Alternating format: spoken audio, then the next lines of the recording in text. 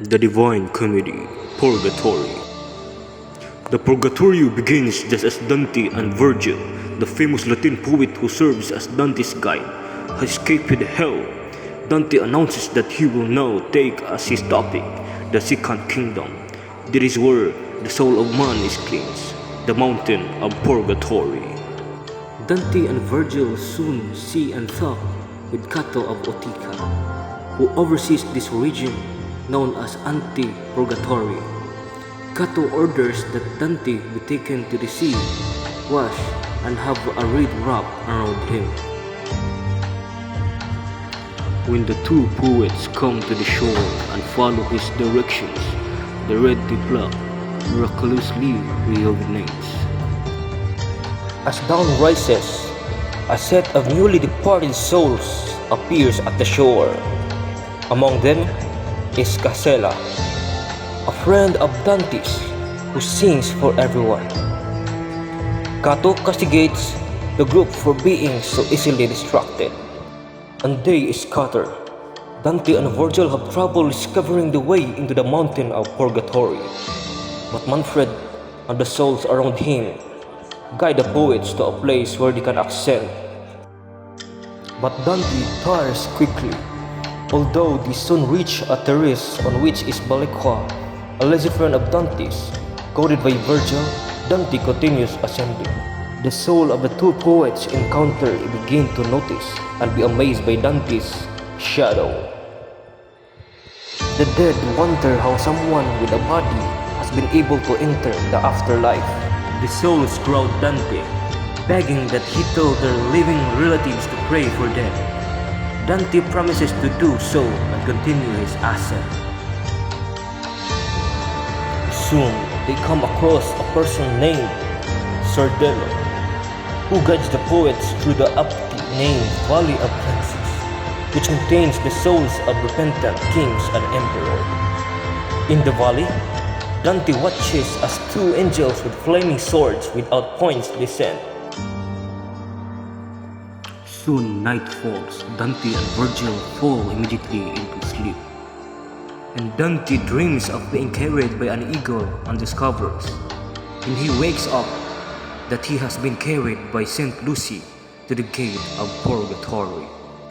Dante ascends the 3 steps to the entrance of the mountain, each with its own special significance. An angel at the top traces 7P on his forehead and opens the door with special keys. Inside, Dante hears distant singing. At last, he enters. Now, within the walls of Purgatory, Dante and Virgil navigate a narrow and difficult path.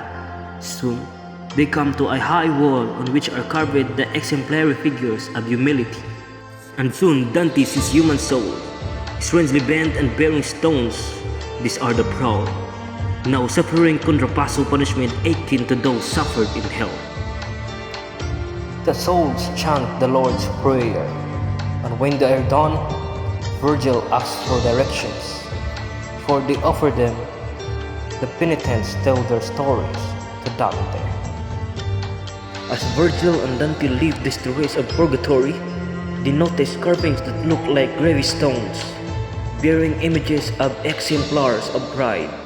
Soon, an angel comes to guide them to the next terrace. The angel touches Dante's forehead, and feeling lighter, Dante realizes one of the P on his forehead has disappeared. In the next terrace, Dante encounters the envious, whose eyes are sealed shut. He sees examples of both virtue and sin specific to this level. A structure will now guide Dante through each part. He meets figures representing the virtue, contrasting the sin, then encounters individuals embodying the sin itself. In between, he talks to the penitents and hears their stories. Dante moves towards the entrance to the next terrace. Once he has ascended to it, a light blinds him, and Virgil explains that divine love is like a great light thrown into a mirror, unlike earthly possessions. It multiplies the mere it is shared, as it passed from mirror to mirror. This is the terrace of the wrathful, where smoke chokes the penitents. After Dante has seen the exemplars of wrath, the soon-to-set sun peeks through the smoke, and Dante is shown to the next terrace. On this terrace in Purgatory, Virgil explains the virtues and sins, like the 7 sins punished there, are all about different kinds of love. Virtue comes from divine love, while sin comes from messed up love. The slothful here didn't show enough love for God, so they have to run non-stop, shouting examples of zeal and laziness. Dante falls asleep shortly after. Dante dreams of a stammering woman who becomes beautiful when she sings. Yet, when Dante comes closer, a woman and Virgil reveal her rotting stomach and ugly looks. Now Dante is awake and he climbs to the next terrace. There, on the terrace of the Avaricious, he meets Pope Adrian V, who is lying face down on the ground and weeping. Dante moves forward after a quick conversation. And soon, he meets Hug Capet, a king of France. As they are about to leave the terrace, an earthquake shakes the mountain. Soon, Statues, a Latin poet who has just finished his penitence, join the other 2 poets. When Statues learns that Virgil is Virgil, he overjoyed. The 3 poets continue to move upwards. The next terrace is for the gluttonous. Their starved souls appear like starved and deformed bodies.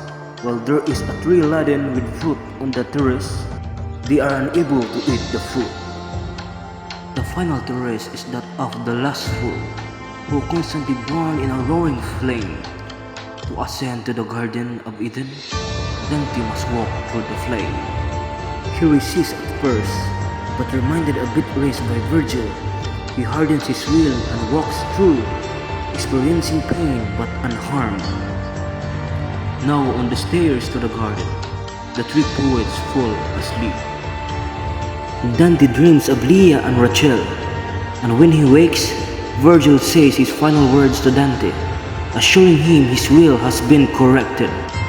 Dante enters the garden. He follows a woman, who we will learn is named Matilda, through the garden. Soon, he comes to a spectacular procession of figures and creatures, leading finally to a chariot led by Griffin. On its betrays, when she descends, she castigates him and forces him to confess his sins. Dante is almost speechless. He breaks down in tears. He confesses and faints soon after. Matilda drags him through the river Lethe, cleansing him of his memory of sin. He follows Beatrice, Matilda, and the procession deeper into the garden. The chariot is suddenly attacked by a number of strange creatures. Suddenly a giant and a harlot commander it, taking it even deeper into the garden. Beatrice confides that soon things will be right. He orders Matilda to have Dante drink from Genoa, another river in the garden.